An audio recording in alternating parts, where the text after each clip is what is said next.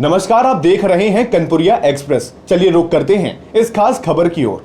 Chief of defence staff general Anil Chauhan ने international centre में भविष्य के युद्ध के बारे में बात की है। उन्होंने ये भी कहा कि जैसे जैसे तकनीकी बढ़ रही है, आधुनिक युद्ध में परिवर्तनकारी बदलाव देखे जाएंगे।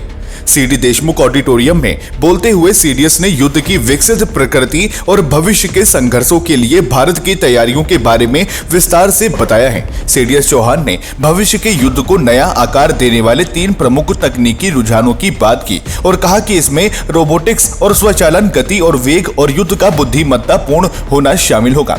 अनिल चौहान ने कहा कि युद्ध हमेशा से ही मनुष्यों के बीच एक प्रतियोगिता रही है। कोई बेहतर हथियारों से लैस हो सकता है, बेहतर बॉडी आर्मर, तलवार, भाला या आधुनिक राइफल से लैस हो सकता है, या उसके पास बेहतर गतिशीलता हो सकती है। फिर भी इसके केंद्र में युद्ध हमेशा मनुष्यों के बीच ही रहा है। सीडीएस ने आगे चेताते हुए कहा, अब युद्ध का तरीका बदला जाएगा। अब हम एक नया युग की शुरुआत कर रहे हैं। अब तक जो युद्ध मनुष्यों के बीच हो रहे थे, कल इसमें मशीनें जगह ले लेंगी।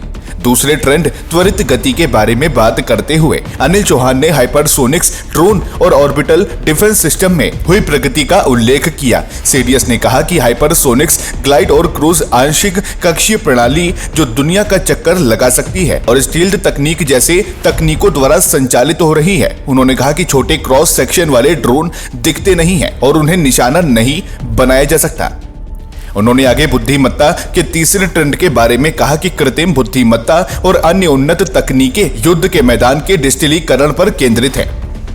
सीडीएस ने कहा, तीसरा बदलाव युद्ध का बुद्धिमत्ता पूर्ण होना है, जिसमें कृत्रिम बुद्धिमत्ता, मशीन लर्निंग, बड़ा डेटा, बड़े भाषा मॉडल, सुपर कंप्यूटिंग और एज कंप्यूटिंग शामिल है। इसका परिणाम युद्ध के मैदान का व्यापक डिजिटलीकरण है।